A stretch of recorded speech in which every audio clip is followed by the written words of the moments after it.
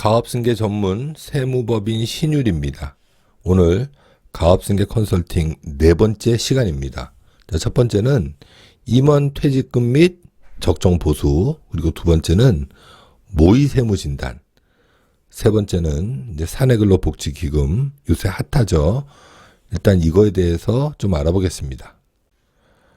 임원 퇴직금 및 적정 보수, 이것도 사실 매우 중요하다고 생각합니다. 제가 이렇게 써놓은 이유는 딱 하나입니다. 이 퇴직금 때문에 이걸 써놨는데, 우리가 그 퇴직금에 대한 소득세, 다시 얘기해서 이제 퇴직 소득세죠.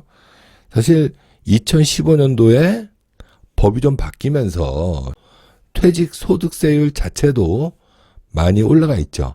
15년도에 중간 정산 하신 분들, 그분들 지금은 소득세 자체가 많이 올라가 있습니다. 그래서 예전 소득세율을 생각하시면 안 됩니다. 자, 그리고 15년도에 중간 정산을 하는 업체가 있다? 그러면 이제는 다시 주주총회를 통해서 퇴직금이 있을 수 있도록 이렇게 이제 만들 수도 있죠. 자, 그리고 우리가 그 퇴직금에 대한 역사를 보면 2011년 이전에는 얼마를 주던 퇴직소득세율에 포함이 됐습니다. 다시 얘기해서 정관 규정이 있으면 다 인정해 줬다는 거죠. 자, 그리고 2019년도에 그때 퇴직소득세율에 대한 배수가 3배수로 확정이 되고, 20년도 이후에는 지금은 이제 2배수까지만 퇴직소득세율로 과세하는 겁니다. 자, 다시 얘기해서 우리가 이제 법인세를 봤을 때 퇴직금을 얼마를 주던 정관의 규정만 있으면 그건 다 인정을 해줍니다. 다만 형평성이나 과다경비 뭐 이런 것만 아니면은 법적으로 문제가 없죠. 자, 그렇지만 퇴직소득세율로 인정받는 거는 여기에 나와 있는 이 표대로입니다. 자, 근데 제가 작년에 퇴직금 지급 규정을 만들면서 실제 퇴직한 분이 계십니다. 자, 근데 그 회사 같은 경우는 19년 이전 규정이 없었습니다. 자, 그러면 10분의 1입니다. 연봉의 10분의 1. 그래서 그분이 막연하게 2019년 이전에 대해서 3배수로, 그리고 2020년 이후에 대해서는 2배수로 해서 퇴직금을 수령했다. 그러면 19년 이전에 대해서는 1배수만 인정받고, 그리고 나머지 2배수에 대해서는 근로소득세로 과세합니다. 그래서 반드시 귀찮더라도 19년 이전 규정을 하나 꼭 만드셔야 된다는 겁니다. 우리가 법인세랑 소득세랑은 틀린 거죠. 그래서 규정이 있어야 우리가 혜택을 보는 겁니다. 자, 그리고 우리가 그 적정 보수, 이것도 중요하죠. 제가 이제 회사를 가보면 대표님은 뭐 2천만 원씩 받아가면서 사모님은 100만 원, 200만 원 이렇게 받아가는 회사들도 많습니다. 이런 것들은 좀 현실화 시켜서 적정하게 안분을 해야 세금이 줄겠죠. 자, 다음은 이제 모의 세무조사죠. 모의 세무진단. 우리가 지금은 빅데이터를 활용해서 과세관청에서 다 들여다보고 있죠. 더군다나 장기 미조사자들, 30년 동안 사업했는데 세무조사를 한 번도 안 받았다. 그러면 그만큼 세무조사에 노출이 많이 돼 있죠. 그리고 또 가지급금이 많은 회사, 그리고 과다 경비를 쓰는 회사, 또 매출이 100억 초과하는 회사들, 특히 자본 거래가 많은 회사들은 세무진단, 세무조사에 이제 노출돼 있다고 보면 됩니다. 우리가 생각하는 것만큼 과세관청이 정보가 없지가 않습니다. 지금 과세관청은 여러 가지 빅데이터, 그리고 또 PCI 이런 종류의 시스템으로 우리 회사를 다 들여다보고 있습니다.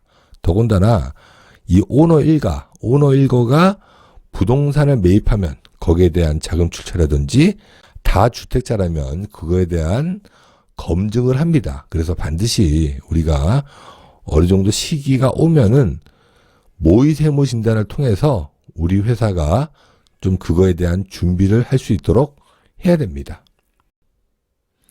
자, 그리고 또 하나는 사내근로복지기금. 요즘 이게 아주 핫 이슈죠. 이거는 진짜 활용을 잘 하셔야 됩니다. 자, 첫 번째는 직원 복리후생을 위해서 법인에서 지급하는 비용은 100% 비용 처리가 가능합니다. 그리고 사내근로복지기금이 지정 기부금 단체에서는 빠졌죠. 자, 지정 기부금 단체에서 빠졌다는 것은 개인이 넣으면 안 된다는 겁니다. 자, 그리고 다른 법인에서 넣어도 안 되는 겁니다. 공동사내근로복지기금이나 이런 거 빼고 저 법인에 기금이 있다 그러니까 우리 회사 돈으로 저 법인에 돈을 넣었다. 그러면 비용 처리 못 받습니다. 자, 이러다 보니 난리가 난 거죠. 21년 9월에 기재부에서 해석을 바꿨죠. 지정 기부금 단체로 인정하겠다. 다만 누가 넣을 때? 개인입니다. 이제 사업자는 안 되는 거죠. 개인이 넣을 때는 가능하다는 거죠. 개인 사업자도 안 되고 법인 사업자도 안 된다는 얘기입니다. 실무상으로 봐야 될 게 중요하죠. 수혜 대상이 누구냐? 재직 근로자, 사실상 근로자. 사실상 근로자는 뭐냐면 저 회사에 갔더니 상무님이라고 인사를 했는데 그분이 실질적으로는 근로자죠. 이제 그런 분들은 된다는 겁니다. 자, 그리고 또 하나는 현장 근로자, 계약직, 아르바이트, 도급업체 근로자, 파견 근로자, 그리고 또 정관에 규정이 있으면 그 근로자들의 배우자 및 그 가족, 그리고 또 정관에 규정이 있으면 우리 회사에 평생을 같이 일했는데 그분이 돌아가셨다. 그러면 그분들의 유족, 이게 정관에 규정이 있으면 가능하다는 얘기죠. 자, 그래서 근로자성이 확실하고 요즘 이게 이슈가 되는 거죠. 다른 근로자와 형평성을 가지고 있다면 대표의 가족 중 근로자인 자도 가능합니다. 어떤 의미인지 아시겠죠? 자, 그리고 우리 그 자회사 근로자가 있지 않습니까? 이분들도 우리 회사 일을 직접 도급했다. 그러면 수혜 대상이 되는 거죠. 자, 그리고 이제 또 하나는 활용 방안이죠. 어떻게 보면 이게 중요한데 직원들을 위한 활용 방안 당연히 중요하죠. 오너를 위한 활용 방안도 필요합니다. 법인을 위한 활용 방안도 필요하죠. 자, 첫 번째는 종업원의 복지 증진, 실질 소득 증대. 자, 그렇죠. 왜냐하면 종업원한테 이제 학자금을 주고 싶은데 이게 사실 통상임금도 아니다 보니까 이걸 주면 소득세를 또 내고 가져가는 거죠. 그렇지만 복지기금을 통해서 내보내면 세금이 하나도 없죠. 자, 이렇기 때문에 이제 회사에 고마운 마음이 배로 생길 수가 있는 거죠. 사용자, 근로자 모두에게 절세 효과가 있죠. 쟁점이 되는 활용 방안은 사실은 법인세 절세 방법이죠. 정말 좋은 회사인데 복리후생비 이런 것들을 많이 합니다. 근데 사내근로복지기금을 도입을 못하는 이유가 제가 여쭤봤더니 영업의 비용으로 착각하신 겁니다. 이거는 영업비용입니다. 사내근로복지기금은 예전에 지정기부금이었을 때도 영업비용입니다. 우리가 이제 기부금 자체는 영업의 비용이지만 하지만 사내근로복지기금으로 나가는 거는 영업비용입니다. 그렇기 때문에 영업이익 조정이 가능하죠. 대기업 벤더업체들은 내가 막 복지를 하고 싶어도 영업의 비용에 들어가다 보니까 이걸 못하는 거죠. 그걸 대기업에서 봤을 때는 이 벤더업체들이 영업이익이 많다고 느껴지는 거죠. 그렇기 때문에 사내근로복지기금을 활용해서 이걸 비용 처리하면은 영업이익 조정이 가능하다는 거죠. 자, 이건 이제 회계 처리를 몰라서 그런 거죠. 기금은 무조건 영업 비용입니다. 작년에도 이제 모 기업이 만들었습니다. 그래서 1년에 한 5, 6억씩 쓸 계획이죠. 자, 그리고 또 하나는 가업승계 등의 장점이 있을 수 있죠.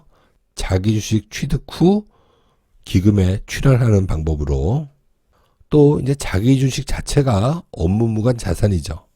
기금에 넣어서 복리로 쓸 수 있는 거죠. 자, 그리고 이제 주가 관리도 가능하고, 우리가 이제 법인세가 많이 나올 때 이걸 활용해서 손익을 좀 관리해서 법인세 비용을 줄일 수도 있습니다. 자, 그리고 또 하나는 이제 법인이 보유한 주식 처분, 이것도 가능하죠.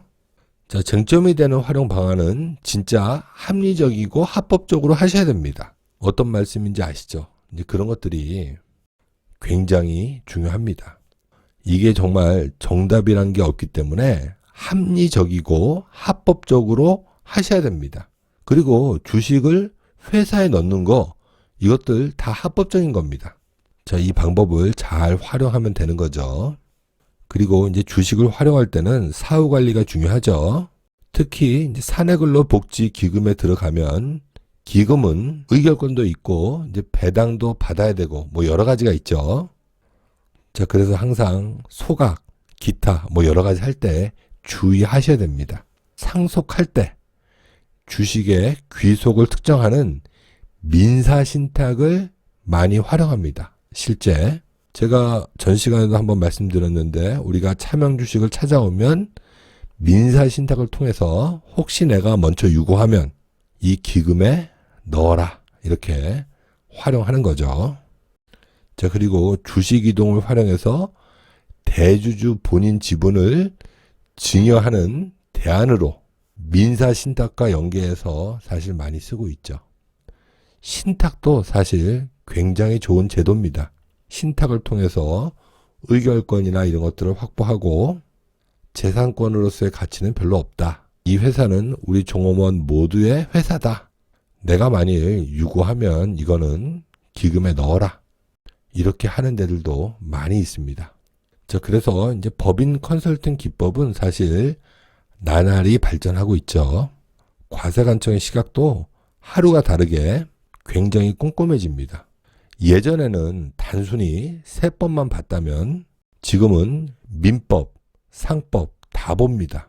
자, 그렇기 때문에 주의해야 됩니다. 자, 그래서 합리적이고 합법적인 법인 컨설팅은 정말 필요하다고 생각합니다. 자, 세금, 유명한 분이 말씀하셨죠. 세금과 죽음은 피할 수 없다. 자, 이런 얘기를 했죠. 이제 살아있는 한 계속 되는 겁니다. 자, 항상 저희는 전문가들과 협업을 통해서 2022년에 중소기업들한테 도움을 주고 싶습니다. 또 도움을 드려야 된다고 생각합니다. 사실 저희 그 세무법인 신율도 사명감을 많이 가지고 있습니다. 항상 어딜 가나 환영받는 전문가가 될 수 있도록 노력하겠습니다. 감사합니다.